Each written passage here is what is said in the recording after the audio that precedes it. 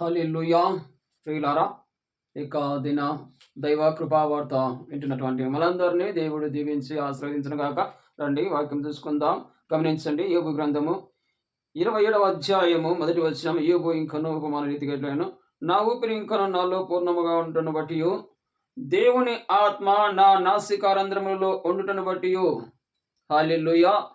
భక్తులైనటువంటి యోబు ద్వారా ఒక శ్రేష్టమైన మాట ప్రభు మనములు బయలుపరుస్తా ఉన్నాడు. నీలో నాలో దేవుని ఆత్మ ఉంది. ఆ ఆత్మ ఎక్కడ నుంచి పనిచేస్తుంది అంటే నీలో నాలో ఒక నాసికారంధ్రము ఉంది అని తెలియజేస్తా ఉన్నాడు.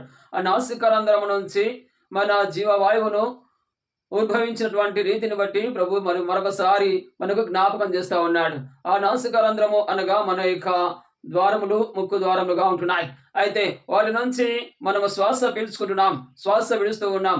ఆ నిశ్వాసలు దైవ చిత్తానుసారమైనవని బైబిల్ గ్రంథము తెలియజేస్తా ఉంది. ప్రియులారా, ఇక పరిశుద్ధ గ్రంథములో తెలియజేస్తున్న మాట ఏమనగా, ఇక యోబు గ్రంథములో తెలియజేసిన రీతిగా నా నాసికారంధ్రములలో ఉండుటను బట్టి అంటున్నాడు. ఆయన నాసికారంధ్రములో అంటే ఆయన యొక్క ఊపిరి, ఆయన శ్వాస అని తెలియజేస్తా ఉన్నాడు. నీ ఊపిరి, నీ శ్వాస దైవ చిత్తానుసారమైంది అని ఈ వాక్యము సెలవిస్తా ఉంది. అవును, మనము మనలో ఉన్న ఊపిరిని, మనలో ఉన్న శ్వాసను, మనలో ఉన్నటువంటి దైవాత్మను మర్చిపోయి వ్యర్థమైన వాటిని కొరకాయి మనము పలికిటకూడదు అని వాక్యముగా ఈ మాట తెలియజేస్తా ఉంది. ఈ యొక్క మాట మనకు దృఢంగా పరిపరచబడతా ఉంది. ఈ నాసికారంధ్రము ఎంతవరకు పనిచేస్తుంది అంటే మనకు అశుభమైంది ఏంది, శుభమైంది ఏమిటి అని అనేకమైన వాటిని గుర్తు చేసేదిగా ఉంటుంది.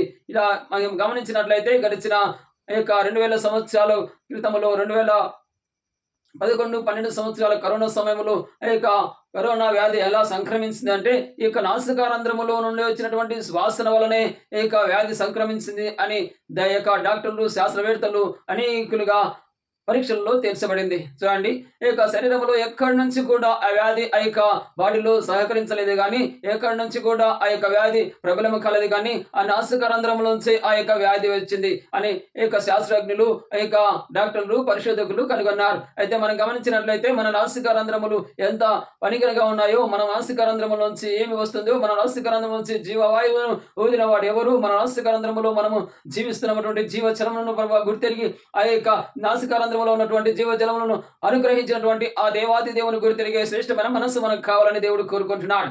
ప్రియా సహోదరి, సహోదరుడా, ఇక మాటలు పరిశుద్ధాత్మ దేవుడు మరొకసారి జ్ఞాపకం చేస్తూ ఉన్నాడు. నీలో ఒక ఆత్మ ఉంది, అది దైవాత్మ. ఆ ఆత్మ ఎలా పనిచేస్తుందంటే నీలో నిశ్వాసాల రీతిగా నీలో ఉద్భవింపచేస్తుంది. ఎప్పుడైతే మనిషి ఒక కాయలా పడిపోయానంటే మొట్టమొదటిగా చూసేది ఆ యొక్క నాసికారంధ్రములు చేయి పెట్టి నాసికారంధ్రములు పరిశీలిస్తే ఆ యొక్క నిశ్వాసాల గురించి పరిశీలిస్తాం.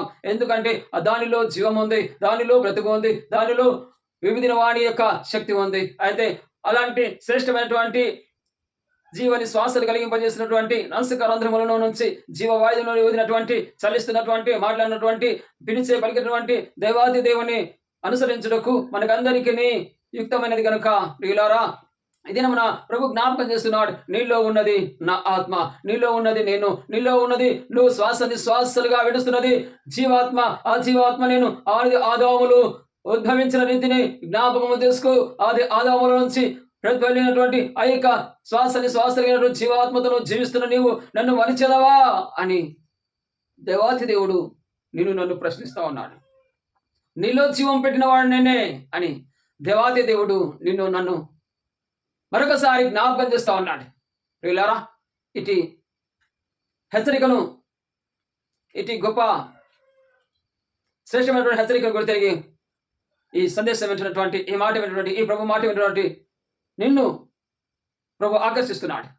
ప్రభు నిశ్చయముగా ఆయన నీలో ఉన్నటువంటి ఆత్మను నిరుత్సాహపరచకుండా, నిరుగర్చకుండా అనుగుణంగా నడిచి రక్షించినటువంటి ఆ దేవుని కృపలో వర్ధిల్లాలని ప్రభు ఆకాంక్ష. రీతిగా ప్రభు నిశ్చయంగా నేను నీ కుటుంబాన్ని దీవించి ఆశ్రయించి బలపడతాను. దయచేసి నీ కృపలో